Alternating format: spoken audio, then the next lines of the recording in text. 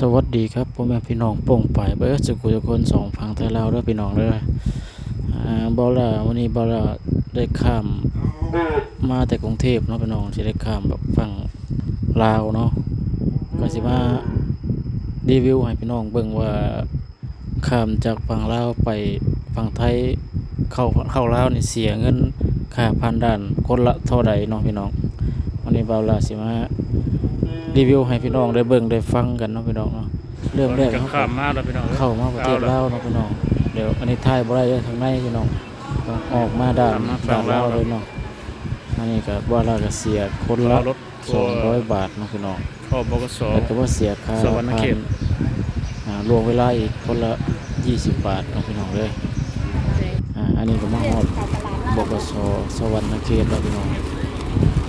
เอาของลงมานี่จะได้เสียเพิ่มอีกพี่น้องเอ้ยคนปาวรามี3ถุงน้อยๆเนาะประมาณนั้นน่ะก็เสียอีกเพิ่ม60 บาทก่อนขึ้นจากมุกดาหารมานี่ก็เสียไปแล้ว100 บาท3ถุงเห็นว่าเสียอยู่แล้วอีกแล้ว2แถวเต็มมั้ยยัง60 บาทเนาะพี่น้องอยากบอกทุกคนว่านั่ง2แถวเข้าเซโนนี่จากบกส.สวรรณเขตเนาะให้เจ้านี่ย่างออกพายถุงนี่ย่างออกมาเลยเด้อทุกคนเด้อถ้าทุกคนสิมานะถ้าจะขึ้นรถในบกส.สวรรณเขตออกมานี่ก็สวรรณเขตเด้อพี่น้องออกมาบ่เกิน50 เมตรพี่น้องก็เสียไปแล้วคนละ100คนละ100 บาทเสียหัวยังแห้งเนาะตัวนี้เนาะอันนี้ก็เป็นข้อผิดพลาดไปก็บอกทุกคนไว้เนาะผู้ใดมาก็ระมัดระวังย่างเพียงแต่เจ้าอดมือจักหน่อยเนาะหิ้วกระเป๋าออกมาปากทางนั่นล่ะก็สิมีรถโดยสารผ่านมาผ่านไปเยอะแยะเนาะพี่น้องเนาะอดทนจักหน่อยอันนี้บอลาเสียหัวไปแล้ว2คนกับเมียก็เสียไปคนละ200 บาท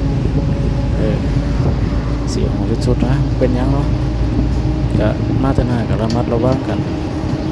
อันนี้บอลาก็ขึ้นรถสายทางจากสวรรค์เข้าเซโนเด้อพี่น้องนี่รถ2แถวก็เต็มพอดีเลยก็ได้ขึ้นมาก็ออกไปเลยพี่น้องอันนี้เสียคนละ100 กว่าบาท2คนเบาได้กับเมียกับแฟนก็ประมาณ250ตลาดเซโนเลย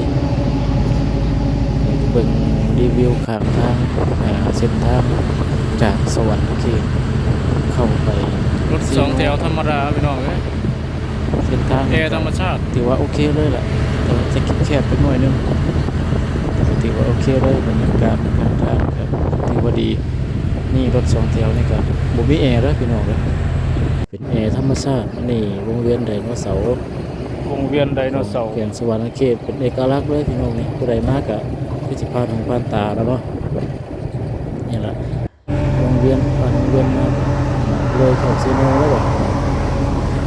เลยเข้าเซโนแถวบ้านบาล่านี่ครับ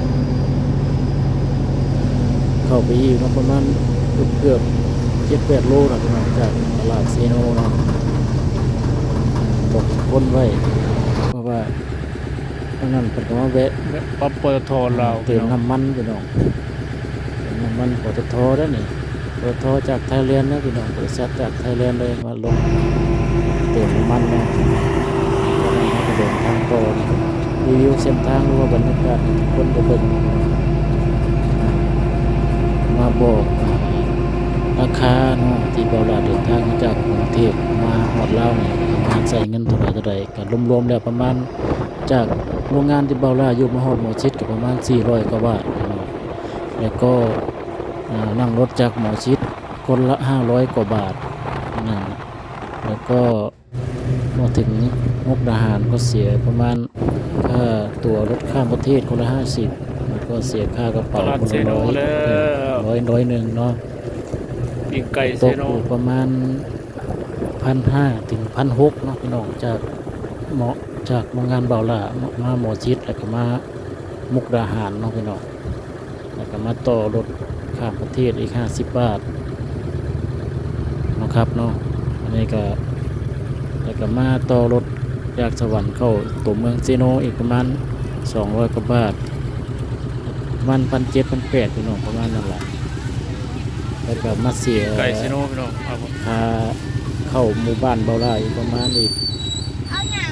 200,000 กีบเนาะ200,000 กีบ ตกอยู่100นึงก็65,000ก็